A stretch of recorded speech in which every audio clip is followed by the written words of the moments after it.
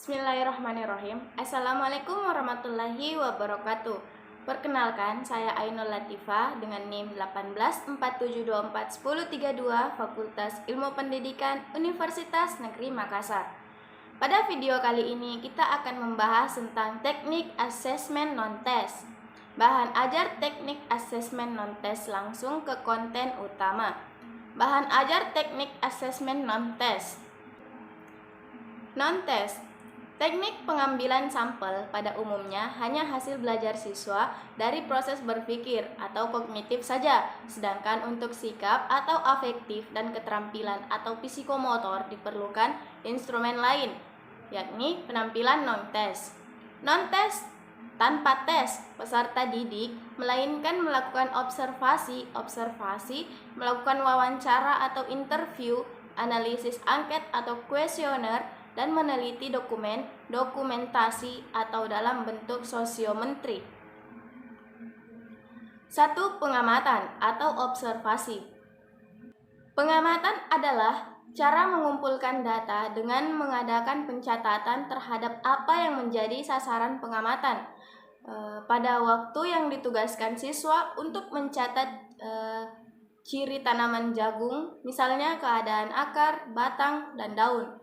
Sebenarnya, siswa tersebut sedang mengadakan pengamatan. Yang kedua yaitu wawancara atau interview.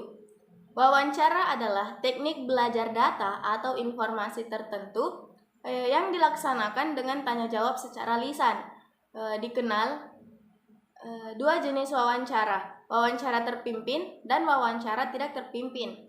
Wawancara terpimpin disebut juga wawancara terstruktur, telah dipersiapkan secara matang, pertanyaan-pertanyaan yang akan diajukan juga telah ditentukan terlebih dahulu. Misalnya, kebiasaan siswa sehari-hari, cara belajarnya, hal-hal yang disenangi dan yang tidak disenangi, penggunaan waktu luang, keinginan dan cita-citanya, dan lain-lain.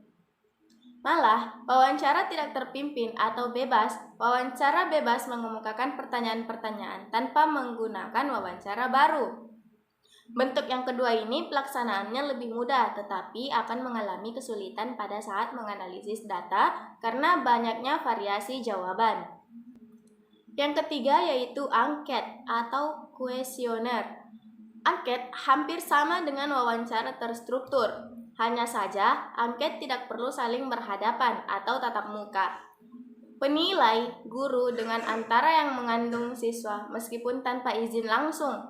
Penggunaan angket lebih praktis, memberikan tenaga dan waktu. Hanya saja, angket perlu disusun sebaik mungkin agar dapat menjaring semua informasi atau data yang diperlukan karena pertanyaan dan jawaban tidak dapat diulangi. Bentuknya dapat berupa jawaban ya atau tidak. Bisa juga dalam bentuk pilihan ganda atau bentuk skala sikap.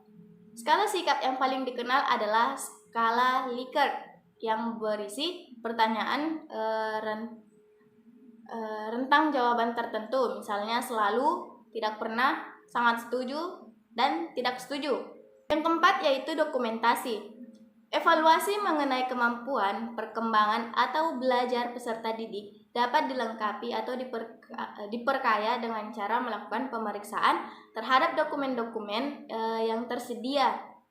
Daftar riwayat hidup misalnya akan sangat membantu melihat latar belakang siswa seperti kapan dan di mana siswa, agama yang dianut, pendukung anak dalam keluarga sejak diterima jadi siswa,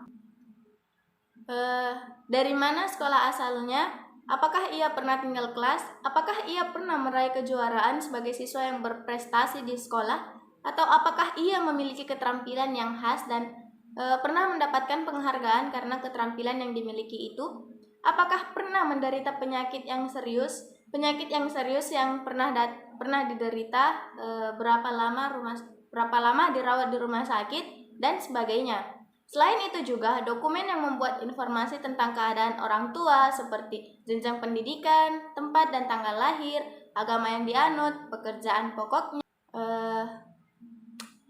tahap, dan begitu pula dengan kondisi lingkungan sosial, seperti kondisi bangunan rumah, daerah pemukiman, ruang belajar, dan lain-lain. Nah, itulah pemaparan materi pada video kali ini. Lebih dan kurangnya mohon dimaafkan.